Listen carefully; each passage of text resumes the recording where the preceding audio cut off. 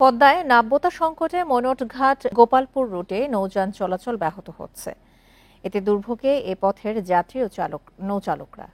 Dredging করে পুনরায় চলাচল স্বাভাবিকের দাবি ভুক্তভোগীদের। বিআইডব্লিউটি এর কর্মকর্তারা বলছেন, চলমান খনন কাজ শেষ হলে আগের অবস্থায় ফিরবে চলাচল।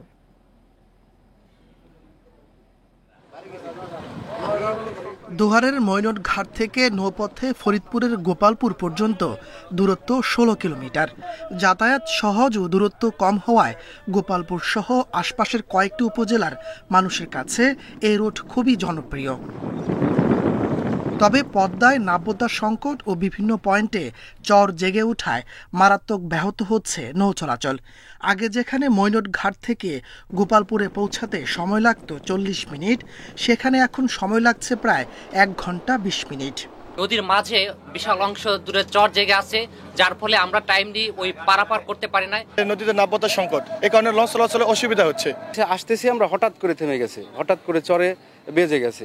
এ রুটে যাত্রী কমে যাওয়ায় আয় কমে গেছে নৌযান চালক মালিকদের। ১৮টি লঞ্চের জায়গায় দৈনিক গড়ে চলাচল করছে ৫টি। এখান থেকে আগে যে যাত্রীগুলি পারাপার হতো তার থেকে মোটামুটি 50% যাত্রী কমে গেছে। সরকারের কাছে আকল আবেদন, এটা দূরত্ব এই নদীটা খনন করে দেয়। বিআইডব্লিউটি এর কর্মকর্তারা বলছেন, নদী খননের কাজ চলমান রয়েছে। কাজ শেষ হলে দুর্ভোগ লাঘবের আশা তাদের। আমাদের ড্রেজিং কার্যক্রম শুরু করেছি।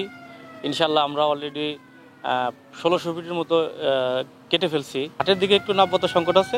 ইনশাল্লাহ আমরা ওটা শেষ করে আমরা ওই ডেজার্টটা ঘুরিয়ে দিলেই দেখা যায় এখানে আমরা ইনশাল্লাহ মাসখানেকের মধ্যে আমাদের সম্পূর্ণ চ্যানেল ক্লিয়ার হয়ে যাবে। প্রতিদিন এ রুটে চলাচল করে ১৫০০ বেশি মানুষ। Independent news.